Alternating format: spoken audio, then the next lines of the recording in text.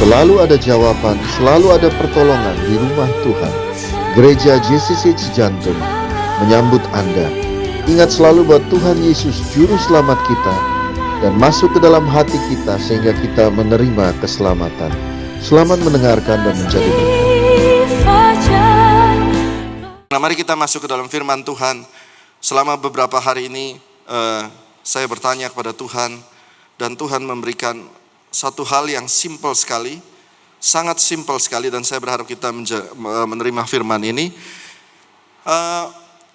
Kita semua datang ke gereja untuk mengikut siapa? Untuk mengikut Yesus. Boleh ditampilkan gambarnya? To following Jesus. Untuk mengikut Tuhan Yesus. Katakan amin. Ya. Nah, saudara harus mengerti, ada banyak gereja, ada banyak gembala, ada berbagai denominasi yang berbeda-beda. Bahkan saudara tentu di sini mungkin ini bukan gereja pertama saudara. Saudara mungkin wah keren ya, ada musik, ada lighting dan sebagainya. Itu karena banyak pengorbanan dari orang-orang yang mendonasi akan pembangunan gereja ini. Tetapi basicnya semua gereja itu sama, yakni mengikut Yesus. Amin. Nah, hari ini agak sedikit berbeda, di mana apa sih mengikut Yesus itu? Kalau kita cari dalam kitab 4 Injil, maka mengikut Yesus itu dijelaskan dengan kuat di dalam Lukas 15. Nah, perhatikan sejenak saudara. Lukas 15, saudara bisa lihat di layar. Lukas 15 ini bercerita tentang 3 perumpamaan. Berapa perumpamaan? 3. Ya, saya ulangin lagi. 3 perumpamaan. Nah, Tuhan Yesus biasanya menjelaskan tentang satu prinsip rohani dengan satu perumpamaan. Paling banyak 2 perumpamaan. Sebagai contoh, burung di udara dia pelihara. Jangan takut akan makan minum. Betul ya? Dia perumpamaan burung di udara, jangan takut makan dan minum. Tetapi untuk satu perkara ini, dia menjelaskan 3 perumpamaan. Jadi istilahnya gini, kalau perumpamaan 1 kamu gak ngerti, lihat perumpamaan kedua. Kalau perumpamaan 2 gak ngerti, dan kamu sangat-sangat gak nangkep, istilahnya kurang tokcer gitu ya otaknya, masih ada perumpamaan ketiga. Jadi 3 perumpamaan untuk satu maksud. Mari kita lihat di layar ini Lukas 15. Perumpamaan ini bercerita tentang ada 3 perumpamaan, tapi satu perikop. Yang pertama, dia adalah seorang gembala punya 100 ekor domba. 1 ekor domba hilang, pergi ke tempat yang salah, 99 domba di tempat yang benar. Lalu hilang 1 domba. Perumpamaan yang kedua, ada wanita mempunyai 10 koin. 10 koin. 1 koin hilang. Dan 9 koin ada di tempat yang benar. Yang terakhir, perumpamaan tentang seorang bapak punya 2 anak. Anak sulung dan anak bungsu. Oke, gambar yang kedua. Nah, 3 perumpamaan ini, saya berdiri di sini di tanda panah, dan Yesus berkata, follow me, ikut saya. Ikut kemana? Yang pertama, ada domba yang hilang.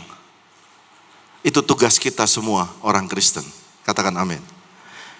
Yang kedua, ada hal yang berharga, koin, orang yang tersesat juga. Itu adalah tugas kita. Yang terakhir, anak yang hilang. Itu juga adalah tugas kita. Jadi Yesus datang untuk mereka yang terhilang, untuk mereka yang tersesat, untuk mereka yang kotor, untuk mereka yang pergi jauh, masuk ke dalam lumpur dan makan makanan babi. Dan dia terhilang, dan Yesus datang untuk ketiga kategori ini. Lalu Anda tanya, lalu mengikut Yesus kemana Pak? Jadi orang kaya, jadi orang sukses. Saya kembali ke Injil.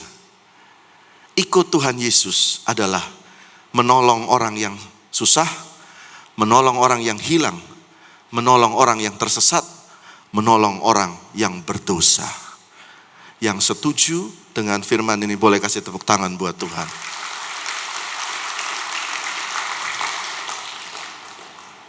Bukankah kita semua juga termasuk di dalam yang satu domba, satu koin, satu anak bungsu ini? Kalau kita sudah ada di tempat ini, di akhir tahun ini, kalau engkau mau mengikut Tuhan Yesus, if you want to follow Jesus, kalau engkau lihat ada orang tersesat, terhilang, kasih kartu nama Tuhan Yesus.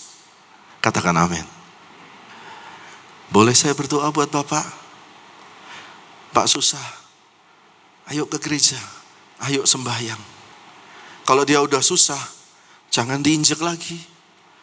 Udah susah diomongin, dijelekin. Itu bukan ciri khas kita orang Kristen. Orang Kristen lihat orang susah, dia kasih tangan, let me help you. Yang mau katakan amin. Kenapa saudara? Saya harus mengingatkan karena ini akhir tahun. Nah,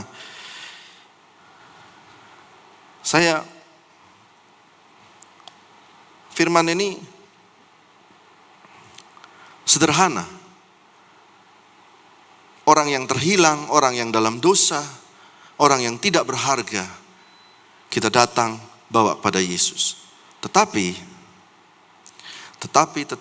ada yang menarik. Kalau kita lihat kisah anak bungsu dan kisah anak sulung. Oke, tadi kan kita bahas yang sebelah sini ya. Satu domba, satu koin, dan kisah anak bungsu. Bagaimana dengan yang ini? 99 domba, 9 koin, 1 anak sulung. Pemain drum gereja, pelayan gereja, pemain gitar gereja, worship leader gereja, dancer gereja yang gimana? Putar-putar gitu. Bagaimana dengan ini? Atau bagaimana dengan saudara yang sudah ikut Tuhan bertahun-tahun? Anda di sini kan? Nah, ini yang mau saya bahas. Karena sering kali yang di situ juga terhilang. Baik. Saya mau cerita tentang anak yang sulung. Lukas 15 ayat 1 dan 2. Lukas 15 ayat 1 dan 2. Ayat 11. Ayat 11 dan 12. Mari saudara baca 1, 2, 3. Yesus berkata lagi, ada seorang mempunyai 2 anak laki-laki. Ayat 12, 1, 2, 3. Kata yang bungsu kepada ayahnya, Bapa, berikanlah kepadaku bagian harta milik kita yang menjadi hakku. Lalu ayahnya membagi-bagikan harta kekayaan itu di antara mereka. Oke, stop dulu di sini. Lalu ceritanya anak bungsu itu memakai uang itu, dia pakai pergi ke kota, menghabiskannya dengan berfoya-foya, ditulis bersama dengan pelacur-pelacur, dengan gaya hidup yang kacau, sehingga akhirnya dia menjadi miskin, sampai makanan babi pun mau dia makan. Lalu dia sadar dan bertobat si anak bungsu ini dan kembali kepada rumah bapaknya, dan bapaknya menyambut dia. Nah, lalu dibuatlah sebuah pesta. Ini perhatikan saudara, dibuatlah sebuah pesta dan ada suara seruling dan tari-tarian dari jauh. Dari jauh. Dipotonglah seekor lembu tambun kepada anak bungsu ini, dan anak sulung mendekat dari jauh. Pertanyaannya adalah, kenapa anak sulung ini seperti tidak diundang dalam pesta daripada si bungsu? Nah, saya catat di sini saudara. Seringkali kita yang ada di dalam orang-orang Kristen, 99 domba yang tak terhilang ini, 9 koin ini, anak sulung yang ada dalam gereja ini, itu seringkali jealous, cemburu kepada orang-orang lain yang lebih sukses, cemburu kepada orang-orang berdosa yang lebih hebat hidupnya. Lalu dia mulai punya perspektif yang berbeda. Ini saya catat di sini ya.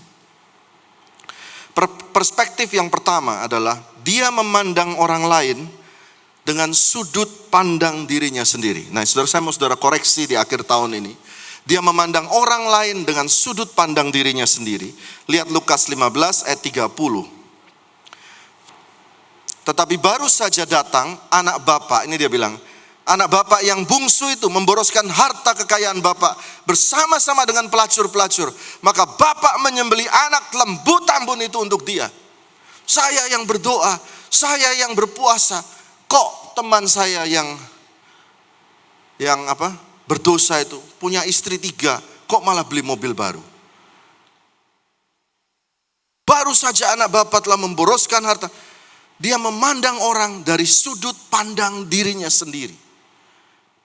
Nah, saudara hati-hati. Kalau saudara terlalu lama di gereja, saudara mulai menjadi orang yang sombong rohani. Sombong rohani itu di kantor eksklusif sendiri. Sombong rohani itu apa? Waktu ketemu orang berasa dia yang paling rohani. Nah, saya cerita ada seorang hamba Tuhan sudah meninggal. Dia pernah cerita begini. Saya ingat kesaksiannya karena betul sekali. Dia cerita begini. Dia pada satu hari dia pergi pelayanan ke sebuah gereja di Jawa Tengah. Lalu di situ ada akuarium. Nah, waktu dia duduk menunggu jadwal dia khotbah, di akuarium itu ada ikan-ikan yang ditaruh, tempatnya kecil. Lalu dia lihat ada ikan yang paling kecil, itu dikejar sama ikan yang lebih besar sedikit. Jadi ikan yang paling kecil dikejar, digigitin, sampai lemes gitu dan badannya coel-coel oleh ikan yang lebih besar. Nah, hamba Tuhan ini berasa, kenapa ya? Kok nggak ditolongin si kecil ini? Lalu dia berkata, ini ikan yang dimasukkan di akuarium ini sama jenisnya, ikan hitam. Ikan berwarna hitam, digigitin terus yang kecil, digigitin terus yang kecil, digigitin terus. Padahal podo-podo irenge katanya. Padahal sama-sama ikannya. Saudara mulai nangkep. Saudara melihat orang lain lebih tidak pantas daripada saudara hanya karena saudara berpredikat engkau rajin gereja, engkau asyir, engkau pelayan Tuhan. Di mata Tuhan sama. Tidak boleh sombong rohani. Lihat orang yang datang kepada Tuhan. Ada 2 orang, yang satu berkata, hai Tuhan, aku telah melakukan A, B, C, D, E, F. Bersyukur aku telah melakukan A, B, C, D, E, F, G, H. Sementara orang yang satu, yang berdosa, dia menundukkan kepala. Ya Tuhan, ampunilah kesalahan kami. Yang mana yang Tuhan terima doanya? Yang merendahkan hati. Katakan amin. Rasul Paulus pertama kali, kalau saudara ikuti surat Rasul Paulus, pertama kali dia tulis surat kepada jemaat-jemaat, dia berkata, aku ini sama dengan rasul-rasul. Jadi dia menyatakan dirinya sama dengan 11 rasul Tuhan Yesus. Dia menyatakan, aku sama dengan mereka. Jadi kamu jangan kira aku tidak sama dengan mereka. Aku ini sama predikatnya. Itu kata Paulus. Tetapi turun ke bawah, dia tambah kenal Tuhan. Ini perhatikan baik. Tambah kenal Tuhan, tambah lihat Tuhan, tambah lihat Tuhan. Dia melihat dirinya semakin tidak berarti di hadapan Tuhan. Di dalam surat berikutnya, dia tulis, aku ini paling rendah di antara para rasul. 2. Lalu dicatat pada tahun 65 AD, 1 tahun sebelum Rasul Paulus mati, dia mencatat yang ketiga, saudaraku semua, aku ini orang yang paling berdosa. Aku ini seperti pencuri. Aku ini paling berdosa. Saudara lihat, orang yang begitu dekat dengan Tuhan, tambah tinggi dia, hamba rendah hati dia. Hari ini saudara, di akhir tahun, introspeksi diri. Rendah hati. Katakan amin. Amin, yuk kita nyanyi yuk. Di sini coba. Coba di sini. Ku mau cinta Yesus selamanya. Ku mau cinta Yesus selamanya. Meskipun badai silih berganti dalam hidupku, ku tetap cinta Yesus selamanya. Bentar, stop dulu. Roh Kudus barusan seperti memberikan pengertian. Ada orang di sini yang pengen orang lain itu jatuh, sakit, bangkrut. Ada. Nah, Roh Kudus ingin katakan, berhenti pemikiran itu. Kita pandang Tuhan. Kita yang harus dibersihkan terus. Harus dibersihkan terus. Yang mau dibersihkan, katakan amin. Mari angkat tangan saudara. Ku mau cinta Yesus selamanya. Ku mau cinta Yesus selamanya. Meskipun badai silih berganti dalam hidup, ku mau cinta Yesus selamanya. Mari angkat tangan saudara. Ya Aba Bapa, ya Aba Bapa, ini aku anakmu, layakkanlah seluruh hidupku. Ya Aba Bapa, ini aku anakmu, akanlah sesuai dengan rencanamu. Barusan Roh Kudus berkata, saudara yang tadi mengharapkan yang jahat buat orang-orang yang menyakiti saudara, belajar berkata, berkati dia Tuhan. Berkati dia, berkati dia. Dan saudara akan lihat mujizat berkat Tuhan tercurah buat saudara dan keluarga saudara. Kita lanjutkan. Yang pertama, dia melihat orang lain dengan sudut pandang dirinya sendiri. Yang kedua, yang kedua adalah dia melihat bapaknya itu berbeda dengan sudut pandang dirinya sendiri. Saya ulangi lagi. Yang kedua, dia melihat bapaknya itu berbeda karena sudut pandang dirinya sendiri. Ya, saudara lihat. Dia berkata di ayat, coba Lukas 15 ayat 30. Tetapi baru saja datang anak bapa yang telah memboroskan harta kekayaan. Baca saudara, bersama dengan pelacur-pelacur, baca, maka bapa menjembeli anak lembu tambun. Garis bawah, anak lembu tambun itu untuk dia. Ayat selanjutnya, ayat 31. Oke, stop. Balik lagi ayat 30. Maka bapa itu menyembeli anak lembu tambun untuk dia. Ayat 32, lompat ke 32. 33. Saya nyari.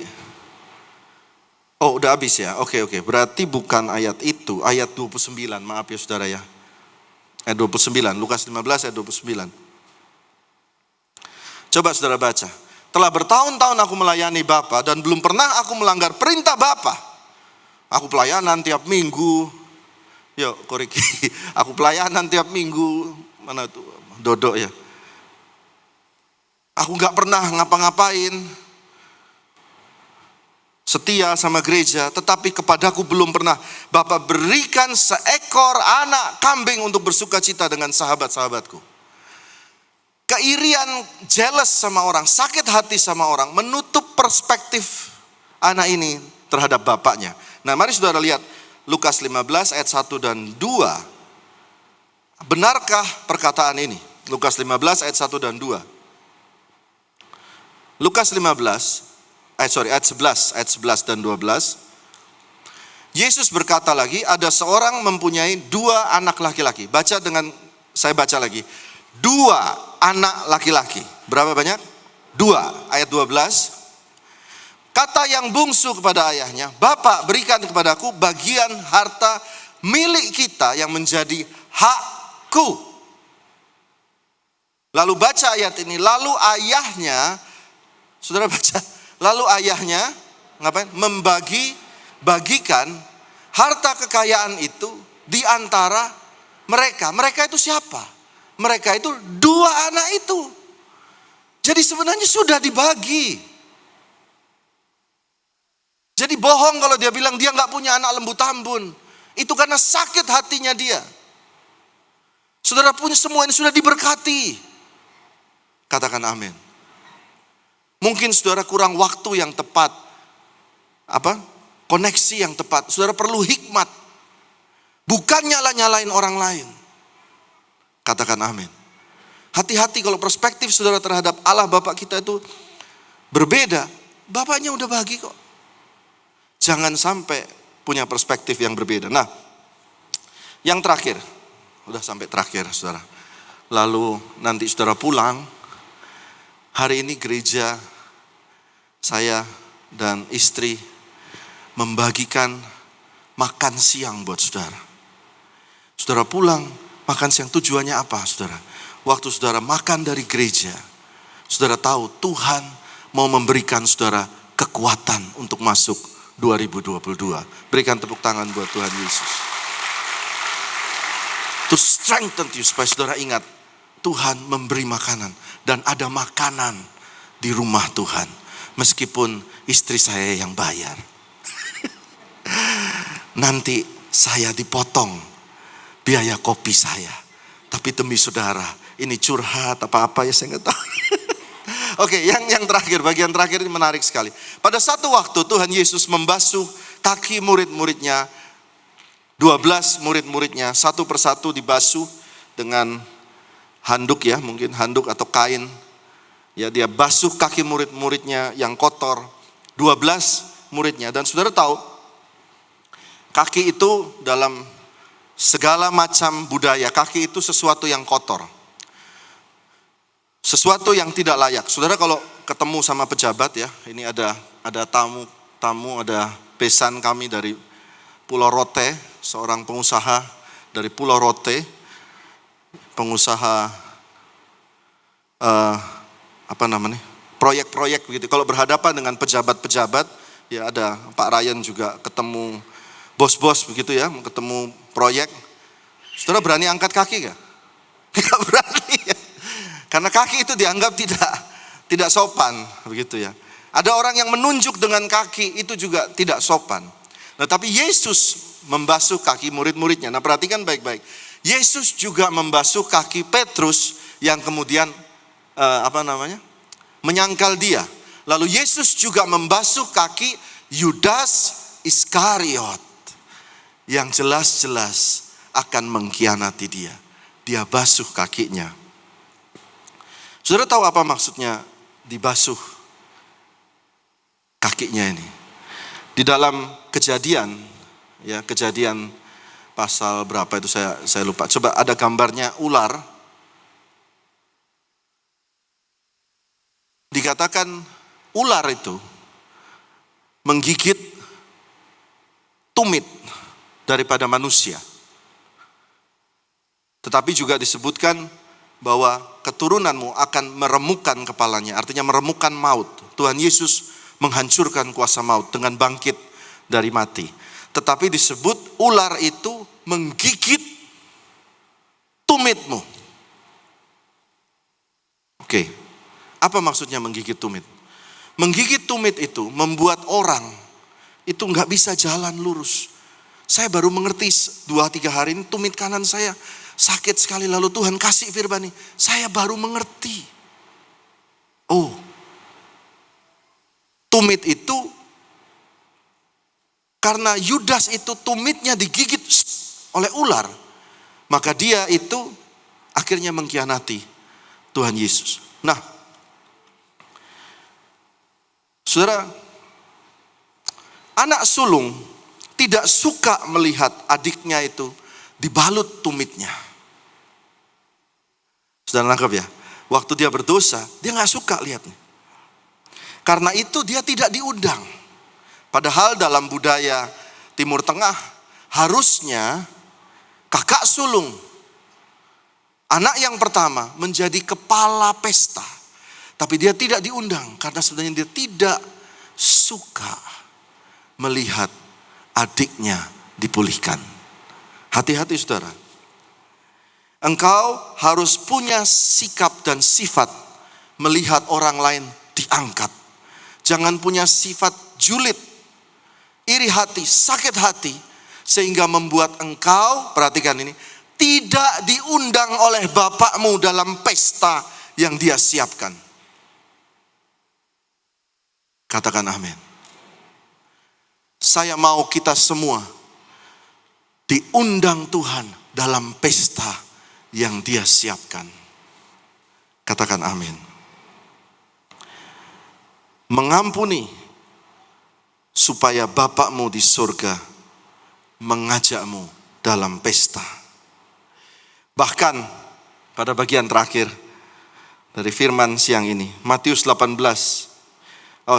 Saya tunjukkan gambar dulu tentang gambar Yesus dan domba.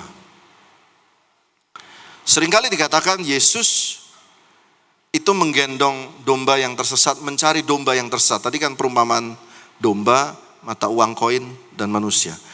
Ini kan, tetapi gambar ini salah. Gambar yang sebenarnya, cara menggendong domba itu, coba lihat ada yang saya kirim, seperti ini.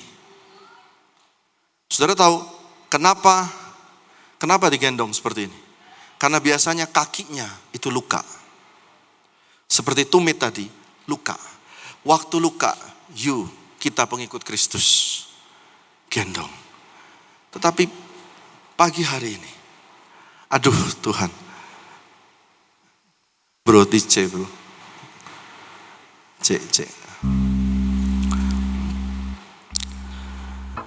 Pagi hari ini, Tuhan itu tadi titip pesan sama saya. Yang kakinya luka, ternyata bukan yang terhilang di luar sana. Yang kakinya luka, yang di dalam sini. Sehingga waktu berkat Tuhan tercurah, pesta itu mau dibuat, seringkali saudara tidak diajak Tuhan. Jadi pada pagi hari ini, saya mau berdoa buat saudara. Dan Tuhan balut semua kaki saudara yang sedang digigit oleh ular itu. Mari bangkit berdiri. Ku mau cinta Yesus selamanya. Ku mau cinta Yesus selamanya. Meskipun badai silih berganti dalam hidupku, ku tetap cinta Yesus selamanya. Yang mau ikut Yesus katakan, ku mau cinta Yesus. Ku mau cinta Yesus selamanya. Ku mau cinta Yesus selamanya. Meskipun badai silih berganti dalam hidupku, ku tetap cinta Yesus selamanya. Ya Bapa.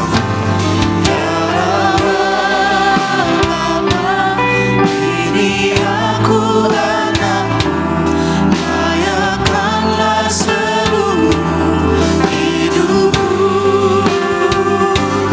Ya Allah, Bapa, ini aku anakmu, makanlah sesuai dengan rencanamu. Mari saudara tundukkan kepala semua. Saya mau berdoa buat saudara. Tuhan tunjukkan kepada saya masih banyak sakit hati, rasa pedih, kegagalan. Bahkan tadi Tuhan spesifik saya catat di sini, Tuhan berikan ada yang berkata, I am not good enough. Aku tidak cukup baik jadi seorang ayah, seorang suami. Aku tidak cukup baik. Dan engkau menyakiti dirimu. Hari ini tumitmu yang digigit oleh isi ular itu, izinkan gereja ini membalutnya. Kasih Tuhan mengalir, kasih Tuhan mengalir, kasih Tuhan mengalir, membasuh akan luka sakit hati pedih bertahun-tahun. Ampuni, kata Tuhan. Forgive and forget. Ampuni lalu lupakan. Forgive, forget, lalu bless them. Berkati mereka. Sesakit apapun, ingat kata Tuhan, kamu juga ikan hitam. Sama. Ampuni, lupakan, berkati. Supaya nanti 2022 kamu masuk pesta dengan Tuhan. Sudah berkali-kali pesta kamu cuma lihat karena kakimu itu loh. Lepaskan pengampunan pada hari ini, biar hatimu bersih masuk 2022. Dan yang kedua, apabila engkau lihat orang yang sedang hilang, susah, kurang, jangan hakimi dia, tapi berkati dia. Dan biarlah orang melihat Kristus di antaramu. Terima kasih ya Tuhan. Terima kasih ya Tuhan. Sebentar kami akan pulang Tuhan. Kami akan menerima berkat daripada Tuhan. Saudara semua, sebelum pulang saudara lihat ke depan. Saya akan memberkati saudara dan saudara lihat gambar ini. Saudara bayangkan masuk 2022, engkau diberkati. Diberkatilah keluargamu. Bahagia senantiasa dalam kesetiaan. Amin. Selalu diberkati keluargamu. Amin. Diberkatilah keuanganmu. Amin. Pekerjaan, hikmat Tuhan terjadi bagimu. Diberkatilah kesehatanmu, buah kandunganmu, pekerjaan tanganmu. Diberkati oleh Tuhan, tidak ditinggalkan Tuhan. Diberkatilah engkau dengan panjang umur dan sehat dan bahagia senantiasa. Lalu diberkatilah engkau Tuhan memperluas, menumbuhkan batas-batas hikmat dalam kehidupanmu. Penerobos menjadi orang-orang yang menikmati janji Allah dalam hidupnya. Berikan tepuk tangan buat Tuhan Yesus.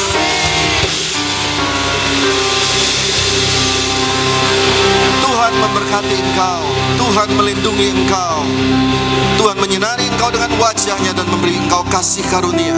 Tuhan menghadapkan wajahnya kepadamu dan memberi engkau damai sejahtera. Semua yang siap tutup tahun ini dengan berkat, sama-sama katakan amin 3 kali. Amin.